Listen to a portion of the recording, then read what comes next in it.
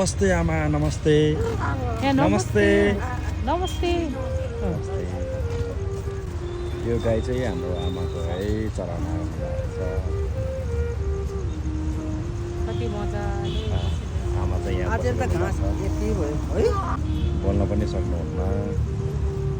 बिचरा गाह्रो छ नि आमा त छ आज त है मेरो हाम्रो आमा पनि बोल्दै घर न घर घर यता त्यो तामाङ बोल्न सक्नुहुन्न आमाले त्यही भएर चाहिँ बुढीले अलिकति जाडोमा चिया खर्च दिँदैछ है गाइज तपाईँहरूले पनि देख्नुभयो भने यसो सहयोग गर्नु होला बोल्न सक्नुहुन्न बिचरा गाई चराइरहनु भएको छ खानु ल ल त्यो चिया खानु ल